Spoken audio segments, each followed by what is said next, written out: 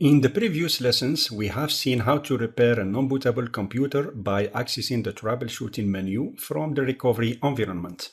In this lesson, we are going to see how to repair a non-bootable computer that can't even load the recovery environment. In this case, we need the recovery flash drive or the installation media drive to access the troubleshooting menu.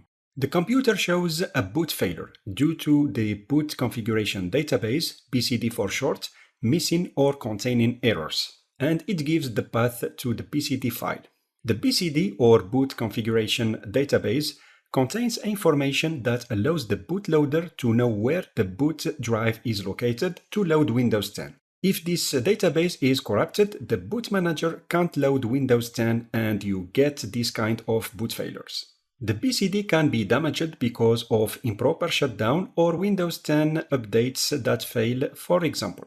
At the bottom, you can read that you will need to use recovery tools or any installation media to get access to the recovery tools. So this is what I'm going to use.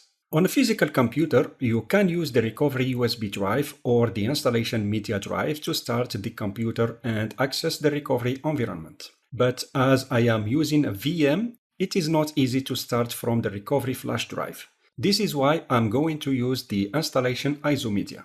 So I'm going to set my VM up to boot from the installation ISO media. I select my VM, click on Settings, select Storage, click on the DVD drive, then I select the Windows 10 installation ISO media. Now I need to restart the VM. I need to press a keyboard key to boot from the DVD. The installation media displays the setup window. First, I need to change the keyboard layout to French. Next, I click on Repair Your Computer to display the troubleshooting menu. Click on Troubleshoot, then on Command Prompt. To repair the boot configuration database, I'm going to type the following command: bootrec/rebuild BCD.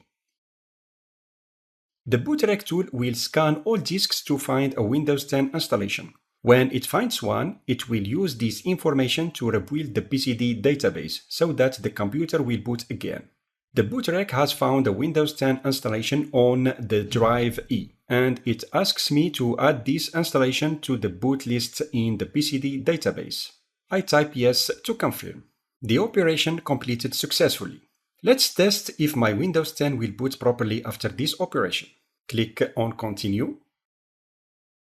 I don't want to start from the DVD this time, so I'm not going to press any key. It works. The bootrec has successfully fixed the boot failure by rebuilding the BCD database.